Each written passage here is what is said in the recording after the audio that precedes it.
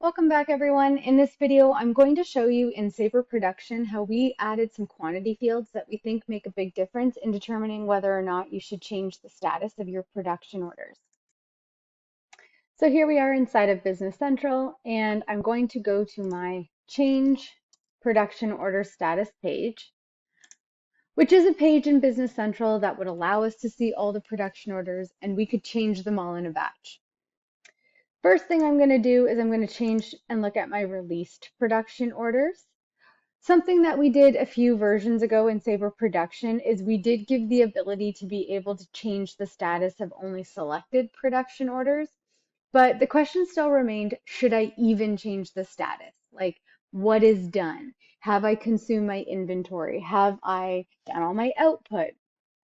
So really where we get a lot of value from these new fields are over here where we can see this is the production order quantity that we were supposed to make. Here we can see what's been finished on that production order, and here we can see what's remaining.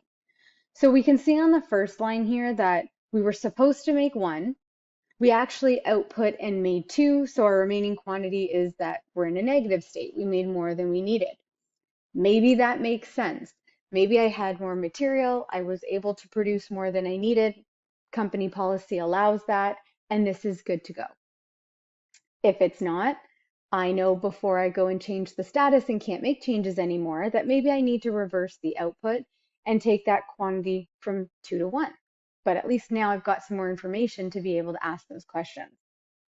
The second line here, I can see that I haven't finished anything, so probably not a good candidate to change this one to finished. And down here, I have the ability to see that I should have produced 1. I did produce 1. I have nothing remaining. On this page, you can see things like your statistics. So this gives you the ability to be able to look at the statistics on that order to see if changing the status makes sense. You can view things like item ledger entries, so I can look at the output entry that was done. I can look at capacity ledger entries, so I can see here the labor tickets or the capacity that was put, and I can look at value entries. So again, the ability to just dig in and see if this makes sense. So for example, on the first line where I can see that there was 1 output entry but no consumption, again, maybe I want to ask some questions. Maybe that's an error. Once I'm ready though, I can go ahead, I can come here and I can say change status selected, mark it as finished, and go ahead and say yes.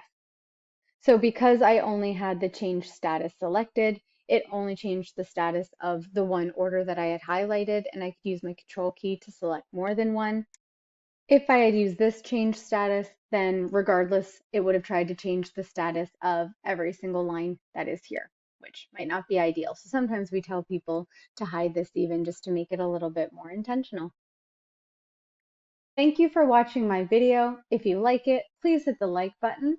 Click here to follow our channel and click here for more great videos.